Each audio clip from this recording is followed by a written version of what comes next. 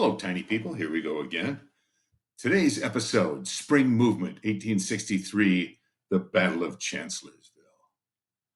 Abraham Lincoln could not convince his top generals what needed to be done. Winfield Scott understood the idea that the South had less than the North, but the other ones didn't seem to be able to grasp that. Lincoln himself pushed the idea of three simultaneous attacks. He knew that the Confederacy could not field armies big enough in enough places to stop a concerted effort of a massive movement of troops from the North down into the South. There are three armies moving at the same time, and I'm going to flip back and forth on the slides here a little bit. Notice the one to your left in that really flashy light blue. That would be an army under General Ulysses Grant coming down the Mississippi River to capture the city of Vicksburg, Mississippi. Now, remember, the third step on the Anaconda Plan was to capture and control the Mississippi River, cutting the Confederacy in half. Well, the Union forces had already taken the city of New Orleans, or as they say down there, Nolans. Let's all say it, Nolans. And they were moving up toward Vicksburg from the south. Grant came down from the north. He had already solidified control of western Tennessee and northern Mississippi, and he was moving down to capture Vicksburg, the last Confederate stronghold on the river. There were the three simultaneous attacks. The second attack, the one in the center, was done by a man named William S. Rosecrans. And you guys all love William S. Rosecrans. You probably don't even know that, but you do. And the reason is you love the William S. Rosecrans Memorial Highway. When you're on there, you know you're going to have fun because Great America is located on the William S. Rosecrans Memorial Highway. Well, Rosecrans was in charge of a Union army coming down through the bottom of Kentucky into northern and into central Tennessee. And they would fight a battle at a place called Murfreesboro. Now, this is another one you have to say with a southern accent. You can say Stones River, and that's okay if you want to sound like, your average guy. But let's all try this now. Murfreesboro. Yes, Murfreesboro. So he's going to fight a battle at Murfreesboro, Stones River in Tennessee. Then the third attack is the one we're going to talk about today. We'll pick up Grant and Rosecrans at a later time, but the one we're talking about today is the Gold Arrow, coming down once again, the Army of the Potomac into northern Virginia, this time under a commander by the name of Joseph Fighting Joe Hooker. He was coming down from D.C. with a massive Army of the Potomac, again over 100,000 men. He would pick it up at Fredericksburg.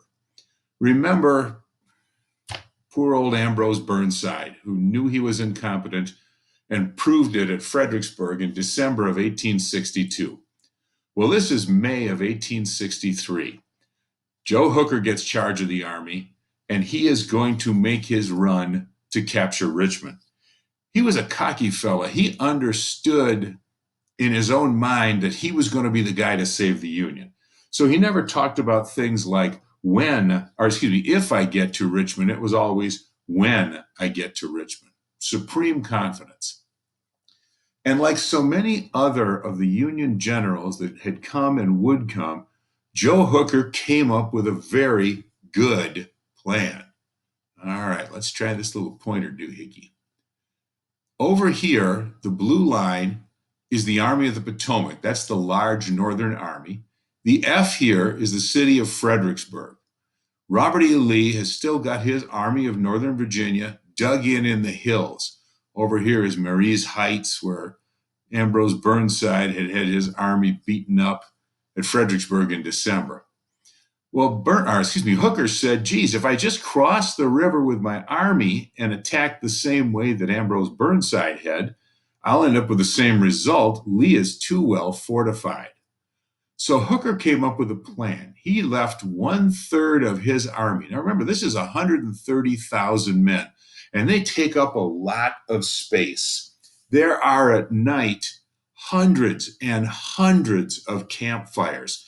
There are all kinds of tents. There are all kinds of latrines and fires burning and all sorts of things. And Hooker's plan, which was really rather ingenious, was to simply back two-thirds of his army out in small numbers until he had them assembled out of sight of the Confederates. One-third would stay facing Lee and keep all of the campfires burning. Men were spread out, so it appeared that the whole Army of the Potomac was still in camp across, this is the Rappahannock River. Meanwhile, Hooker would back out two-thirds of his army, make a 25-mile march, cross the Rappahannock and the Rapidan, this is the Rapidan River, and then he would come up from behind Robert E. Lee, so that the one-third of the army that was here would cross over and begin fighting in front. The two-thirds which had snuck up would hit Lee from the back. However, remember this. The cavalry, that is the soldiers on horseback, are the eyes of an army. I told you in class if I wanted to know what was going on at Brookfield Square, and I said, why doesn't somebody run over there? It would take them a long, long time to run over, see what was going on at Brookfield Square, and then run back. Even someone in great shape, it would probably take at least a day. But someone on horseback could be over there in a very short amount of time, move around quickly to reconnoiter the place to see what was there, and then return quickly. And in a matter of an hour, probably 2 hours, I could get my information. Really a day ahead of time. Well, Hooker knew that if he brought his army up and Lee's cavalry spotted them, that Lee would turn around and give battle. So Hooker got a little bit too cute. He went after railroad tracks. Now, you remember when we set up the economies of the two sides? The North had most of the railroad tracks. The South had very few. And this is really key. The South did not have the industrial capability to make any more railroad tracks. So that if the Northern Army came down and busted up railroad tracks, the South could either leave that railroad line abandoned or they had to go take railroad tracks from somewhere else.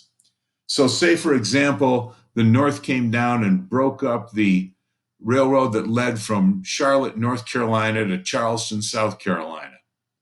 Well, the South could either leave that abandoned or they'd have to take some tracks from, let's say, the line that went from Beaufort, South Carolina to Charleston and replace the ones that went up to Charlotte. So suddenly, people from the countryside came in to report to Robert E. Lee, hey, there are Union cavalry ripping up railroad tracks down here. And Lee said, wait a minute, where did they come from? Who are they? And Robert E. Lee, being a very good general, said, I don't care about a few railroad tracks. I want to know what's going on. So instead of sending his cavalry to stop the Union cavalry from breaking up railroad tracks, Lee wisely sent his cavalry around to reconnoiter, and boom, they discovered Joe Hooker's army, figured out his movement near a town called Chancellorsville. That's what the C is. So this is Fredericksburg. This is Chancellorsville. Lee said, whoa, we got to stop this. And so he split his army not once, but twice. He left one-third of his army still in the hills surrounding Fredericksburg and facing the one-third of the Union army left by Joe Hooker. Lee sent one-third of his army directly at Hooker's army at Chancellorsville. But he sent Stonewall Jackson way around to come in from Joe Hooker's back. So where Joe Hooker had tried to outflank and surprise Lee, Lee instead outflanked and surprised Joe Hooker. Now, Joseph Hooker was standing in the doorway of a big building, not big building, a very strong building, a log cabin, actually. Now, if you take a look at this doorway, this is not it, but I just want you to look at the frame of the door, called a door jamb, Jamb. And a cannonball hit that building, and that beam up here fell down on Joe Hooker's head. And he was, for the rest of the battle, kind of in it and kind of out of it. Now, the military is a little bit different. In business, somebody might say, well, we're going to take over the business. We'll just watch it while you're away. But military doesn't have management. Military has command. And Joe Hooker, when he was in it, wouldn't relinquish command. And when he was out of his mind, he didn't know enough to do it. And his subordinates knew that in the military, if you take command away from someone who's a higher rank than you, then that could very well mean the end of your career. And so none of them were willing to do that. They left Hooker in command, and he was not in the right frame of mind to do it. Oh, I'm sorry. One of the girls, who shall go nameless, sent me a page from Isabel's notebook. It seems she was looking through one of my Civil War history books, and she came across a picture of, this is General Benjamin Beast Butler. And I don't know what that means, the business about Isabel writing out Mrs. Ben Butler, Mrs. Beast Butler, Mrs. Isabel Butler, and I don't know what the heart shape's all about, but he is a fine-looking man, Isabel. Okay, let's talk about the world's most boring teacher, and no, it is not me. This is the man who would later become General Thomas J. Stonewall Jackson. He served in the American Army. He went to West Point, and then he went into the Army, the American Army, way before the Civil War. He attained the rank of major. He fought in the Mexican-American War. But then he got out of the service, and he became an instructor at VMI. That's Virginia Military Institute in Lexington, Virginia. And he was very unconfident of his abilities with the material he was teaching. He had not been a great student, and it worried him that he might be embarrassed or unable to answer a question, and it also worried him that he wouldn't know what he was supposed to be teaching. So Thomas Jackson would go into his room at his house, and he would write out his lesson. And then he would sit in a chair very straight, not using the back, sitting up very straight, and he would memorize word for word his lesson for the next day. And when class time came, he would say the lesson word for word. And if someone interrupted him and he was saying world's most bore and somebody interrupted him, he would finish by saying, ring teacher. He would go exactly from the point he had left, never varying at all. Not only that, but he was afraid he wouldn't be able to answer questions, so he went through his lecture again, trying to anticipate which student might ask which question. Then he would write out an answer for the question and also memorize that. So there was no spontaneity from Thomas Jackson, which made him a really lousy teacher, but it made him a phenomenal general. And at the Battle of Chancellorsville, after the first day's fighting, it went from May 1st to 3rd, Stonewall Jackson wanted to see what the enemy position was. The battle came to a close at night. They didn't have the kind of equipment people have now.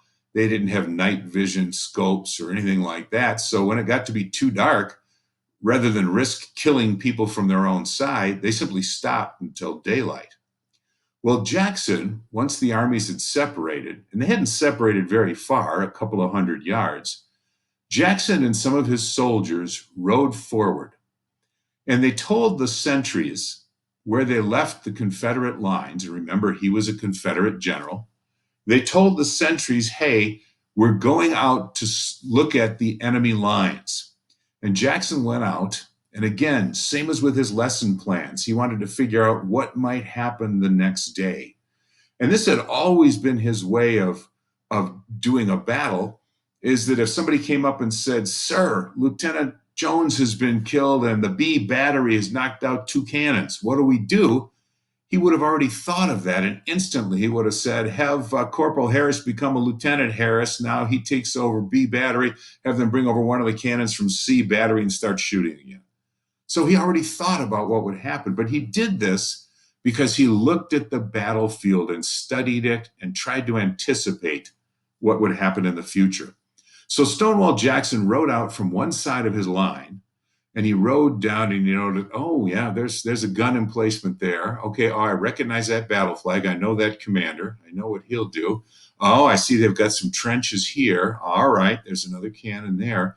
And when he'd ridden down the whole length of the part of the battle line that he was responsible for, Stonewall Jackson rode back toward his own lines. He was excited to get going with making his plans for the next day, so they broke into a fast trot. They were coming quickly toward the Confederate lines.